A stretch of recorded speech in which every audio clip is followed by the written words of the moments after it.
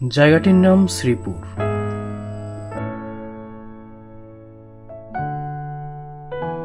এটি মূলত সিলেটের জৈন্তেপুরে বাংলাদেশ ভারত সীমান্ত ঘেঁষা এক অপূর্ব সবুজ জনপদ।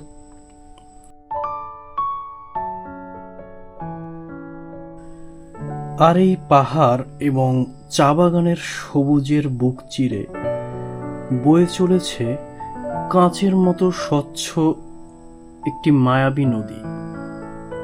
নদীটির নামও অদ্ভুত এবং সুন্দর। নদীর নাম রাংপানি।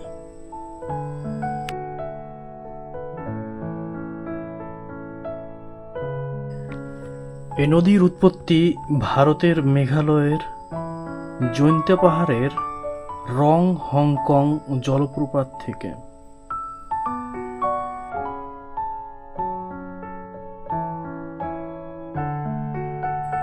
আর এই নদীর পাশেই রয়েছে একটি সুন্দর গ্রাম।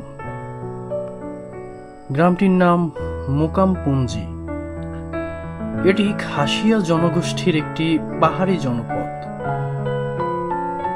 এখানে এলে তাই প্রকৃতির পাশাপাশি সীমান্তবর্তী মানুষের জীবনযাপনও দেখা যায় দারুণভাবে।